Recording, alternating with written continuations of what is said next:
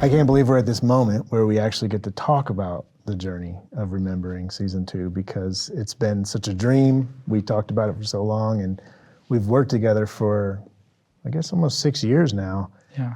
What are you most excited about for people to see about this, for this season? What I'm excited the most for people to watch in this show is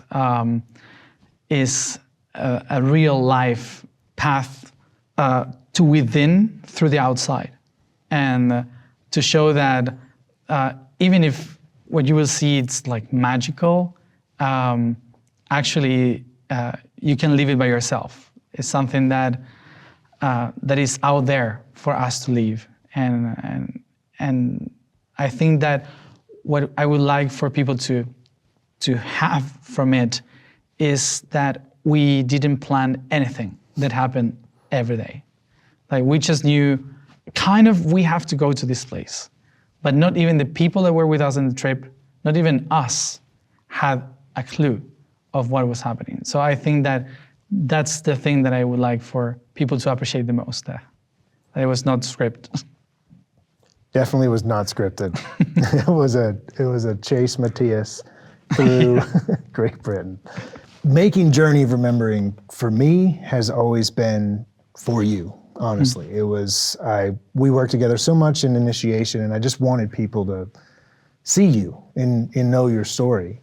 And coming into season 2, I really didn't know what to expect, because season 1 was so, we followed you to Utah, and you were always like, if you follow me, you never know what you're gonna get. So going into Great Britain, I really had no idea what we were getting into. But let's talk about the overall idea of Holha in general, and what you were trying to do with the Holha path. Yeah, and first of all, I really appreciate that your intention of showing me behind the teaching, because I think that most of the important things happen there, not in the last package of information, but in the building it up, which is where the magic actually is, and what actually most people want to leave more than the actual information.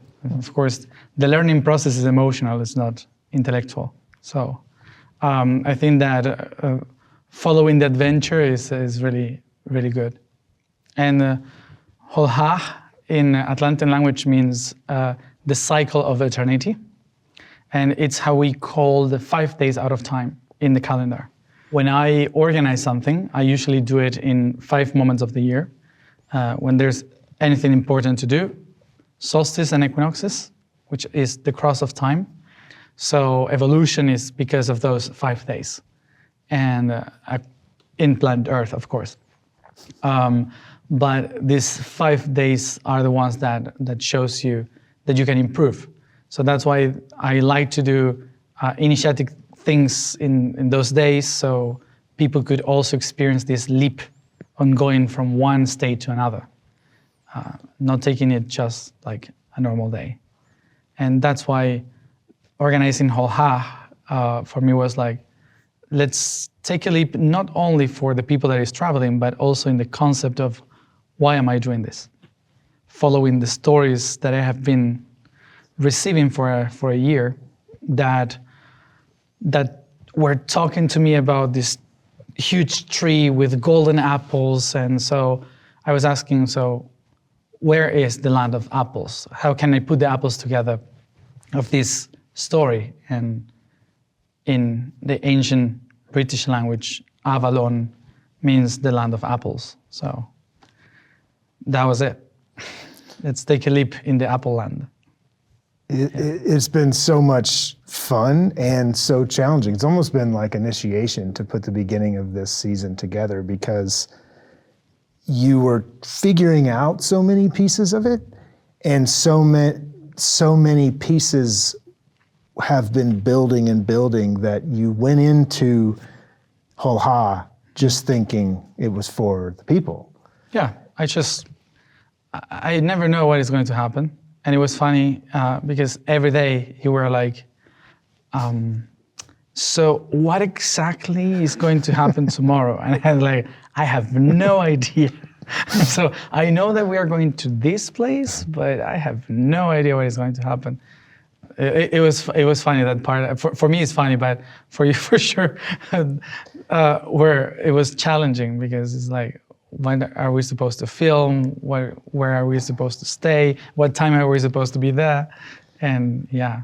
I mean, I've learned enough, I think, following you to know that I can try to figure out, but you're going to get some sort of guidance. So I think the first moment that kind of happened was at the Glastonbury Abbey, and I can always tell, I can see sort of a look come across your face in a way of like, you're getting information, but you're trying to figure it out, and you were trying to lead the group, and I could see it. So luckily, I just happened to chase after you to figure out what was going on, and you were looking for a spot that you'd never been to, and that was the perfect example for me of, okay, this is how this trip is going to be. It's going to be very similar to Utah, where it's just going to be like, we have to go now, and so that was cool. But maybe talk about a little bit about that first experience at the Abbey, because not at the Abbey, but at the pond.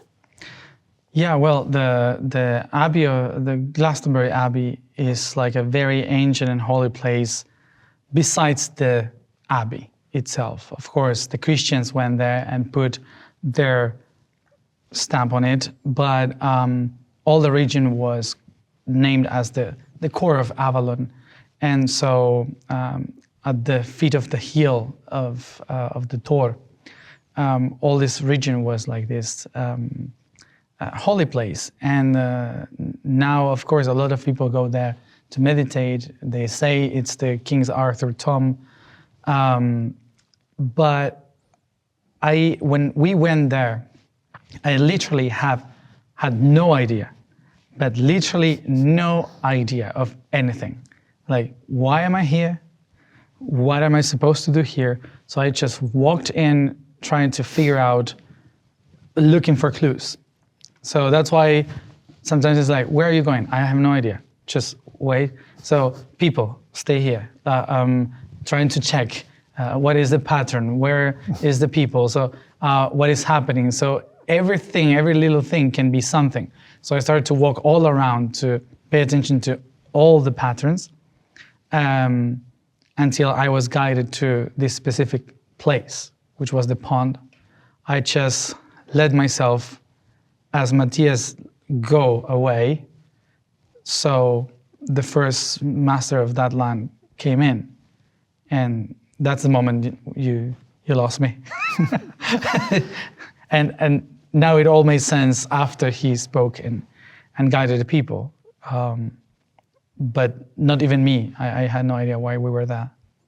It was really cool to see that transition happen, because you ended up going to the very back of the orchard when you finally kind of connected with the Merlin, and immediately your body language changed. And obviously I've been around you channeling in several different beings, but I don't know, that Merlin, the order of Merlins that you connect with, you really just you really merge with. Yeah, I feel very comfortable with it.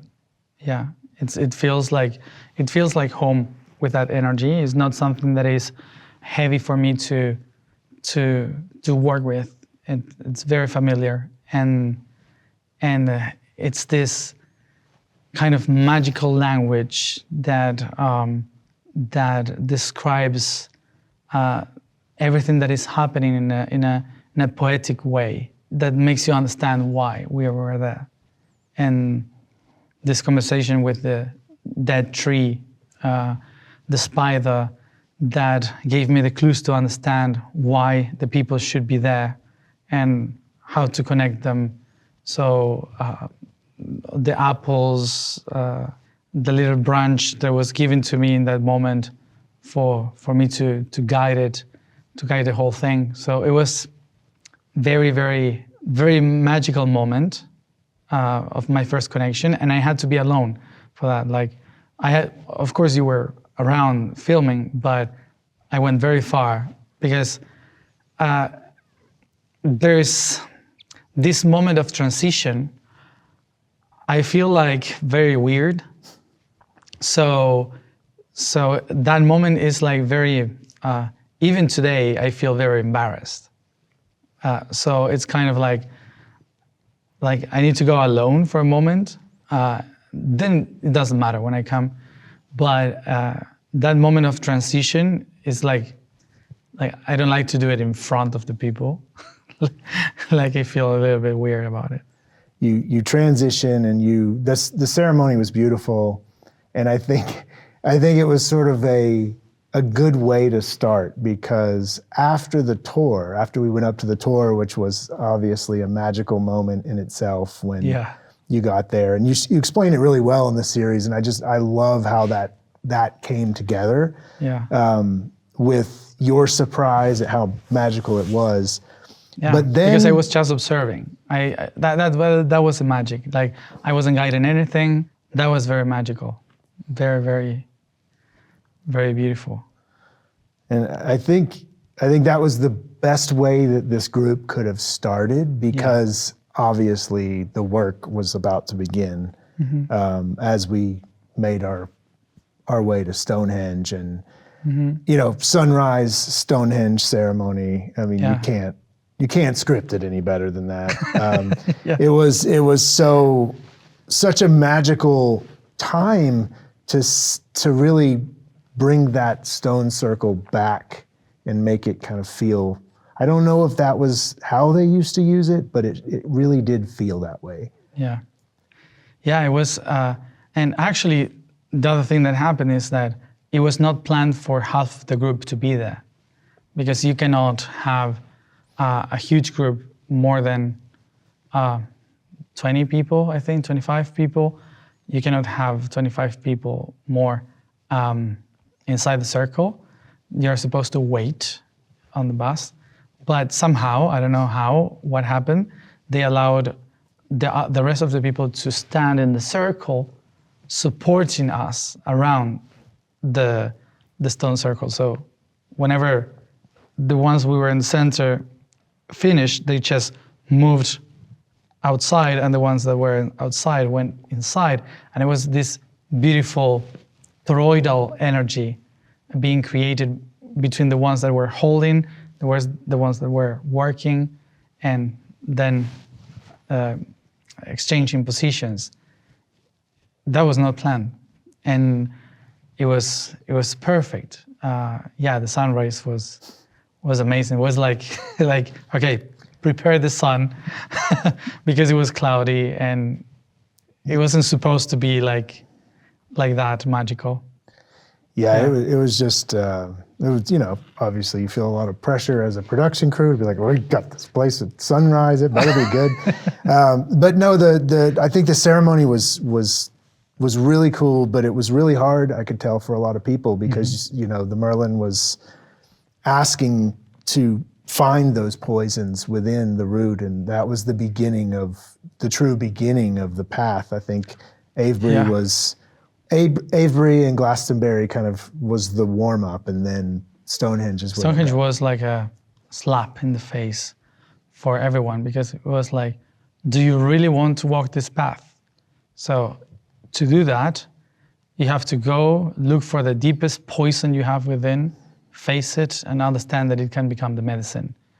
So he made everyone to face their poisons, and for some people, the Merlin whispered one of the poisons that they had and they couldn't see. So that's why some people broke, because it was like, went straight to them and said, this, and this. And so it was like intense. One of the coolest things about understanding Great Britain now in such a deeper way, working with you, is the chakra system, and how we started at the root with Avebury and Stonehenge, and the chakra system goes all the way up. It's just a really interesting way to look at that island, and you can really feel it as you move through, yeah. Throughout the journey. Obviously, we go from Stonehenge and we start to go up the island, but I think Getting to Druid's Temple was probably my biggest surprise. I've never felt such a ceremony that was connected to what you would imagine it would be like in a Druid ceremony. And I know it's not an old site, but it really had the magic. It really had the magic of it. Yeah, but even though the location, how difficult it is to find it, hidden in the forest, it holds the energy of the ancient times, and actually was used. It was built for that. It was built for those ceremonies, and so the first time that I went to that temple alone, I just said, I want to live here. Like this feels like home, and this time with this group of people also, we needed to reconnect, to remember all the different pieces of the tree, like the different apples that each one of us were taking, and the frequency, the singings, the magic of all the ceremony, cleaning the people. It was an initiation for us to go in a higher level of consciousness, because before it was all, this is poison, this is karma, this is a trauma, and all of this is you. And that's Druid's Temple. All of it is you. So only you can transform it by transforming your perception of yourself. And that's why then you can go to the heart, to go back to the self. So acknowledging that this is you with all this poison and karma and trauma, and realizing that is your tool, what you needed in order to become what you are today. So that created a very special moment of acceptance and reconnection. I was like channeling, so I didn't really know what happened. I don't remember everything. The only thing that I remember very well, and it's because I don't like that, is when the Druid, using my body, he went straight under the rocks and the grass in the stone and took a bunch of spiders, all walking in my hand. And I was like, oh my gosh, like why is this happening? And put them on the top of the rock. And with the singing started to guide them to walk around in a specific way, in a specific direction, for them to weave the structure that we were doing by singing. So that moment was very, very beautiful, very intense, and for me it was what? Why am I holding a bunch of spiders in my hand? Do you actually come back for a second when you face a fear, when you're in the middle of channeling a spirit? Do you? Yeah, sometimes I do. Yeah, I'm there, of course. Meaning like going and like, oh, I'm about to grab all of these spiders. No, I didn't. I realized it when I was like putting them on the top. Yeah. In that moment, I realized what I was doing.